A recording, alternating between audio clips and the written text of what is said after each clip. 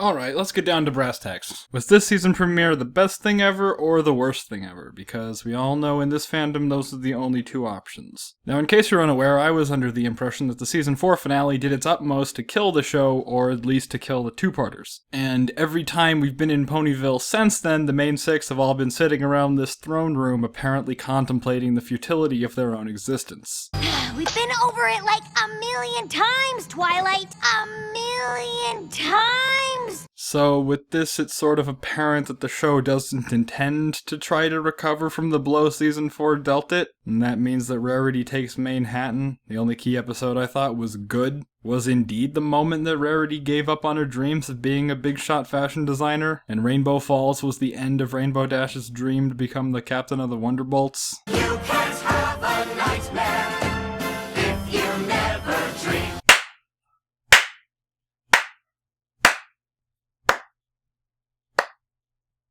But what about Applejack? She's basically the matriarch of her family and works on the farm. As little as a couple days without AJ and the farm is completely in ruin. And how is she gonna find time to work on the farm and be a co-princess of friendship?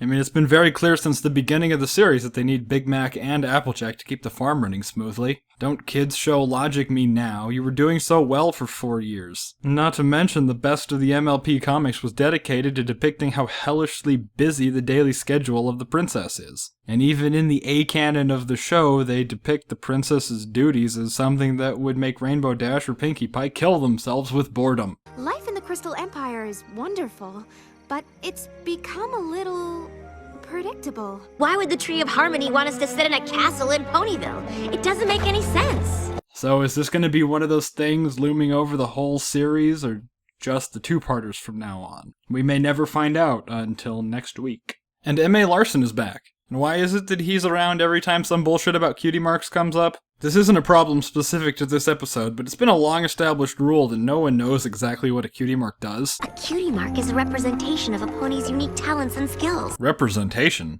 As in not having anything to do with the actual ability to use those talents? But I guess those equal sign marks have the property of suppressing talent and individuality.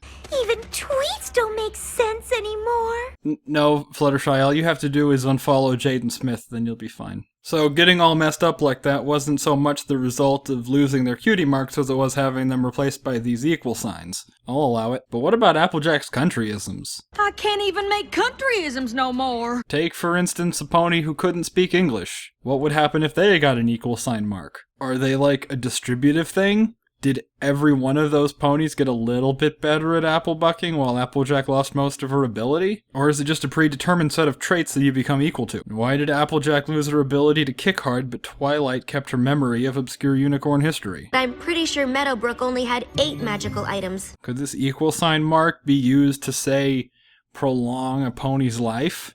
Someone dying of cancer isn't quite equal to someone who's gonna live another 60 or 70 years, so it could work. But I digress. I sort of wish we had a villain that was a little more than Napoleon from Animal Farm. You know, I always thought it was Megan McCarthy, not Joseph McCarthy. This episode came right out of the Red Scare propaganda. Just listen to this song. Life is a joy in our town.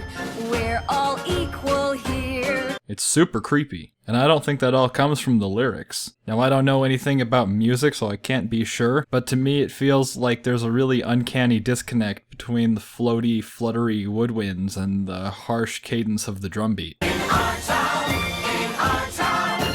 we work as a team. It became one of my favorite songs in the series just because of how effective it was at making this entire scene not feel quite right. But unfortunately, the effect was diminished a little by this ominous musical cue and what's-her-name's menacing look into the camera. They'll finally understand what we're trying to accomplish. Which is... Yeah, it never comes up. Is she just trying to make everyone equal for the sake of it? Is her plan to equalize the world and just sit there on high and bask in the fact that no one can cook properly or buck apples out of trees? Is her end goal to sit on a throne and go, "Ha! You fools! I'm the only one with the cognitive capacity to realize how fucked up everything is." I expected better from this show. Would it be too much to have a villain who believes in her own ideology? How can I collect your cutie marks without my magic? The equal sign mark wouldn't have taken your magic away. Unless this was an animation error. But if the mark intended to make every pony truly equal, wouldn't the Pegasi be unable to fly? That's what I don't like about the two-parters.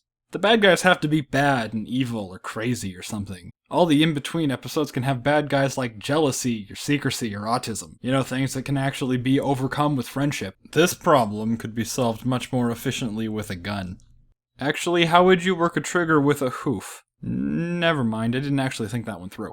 I did like the way they ended up solving this problem, though. Yeah, let's take advantage of Fluttershy's natural good nature and have her infiltrate a cult. Then put the bad guy in a situation where she reveals herself to everyone who thinks she's telling the truth. Wait, that's exactly what happened to Amon in Legend of Korra.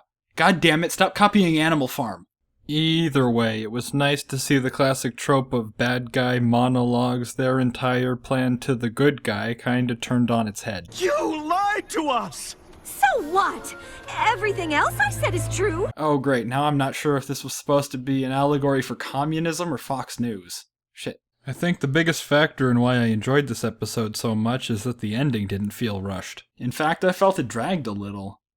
Introduction, rising action, climax, denouement. If you can keep that in mind, you won't need to use lasers to magically undo the conflict in the last 2 minutes of the episode. So if you're willing to possibly rightfully ignore that maintaining continuity with the previous episode is the worst thing about it, then the good outweighs the bad. Like Pinkie Pie being on point all episode. Or Applejack breaking this jug. Seriously, did she expect to find rupees in it or something? Or all the hilarious implications of the cutie mark being located on the butt. Swiggity Swooty, I'm coming for that booty. Swiggity Swooty, I'm coming for that booty.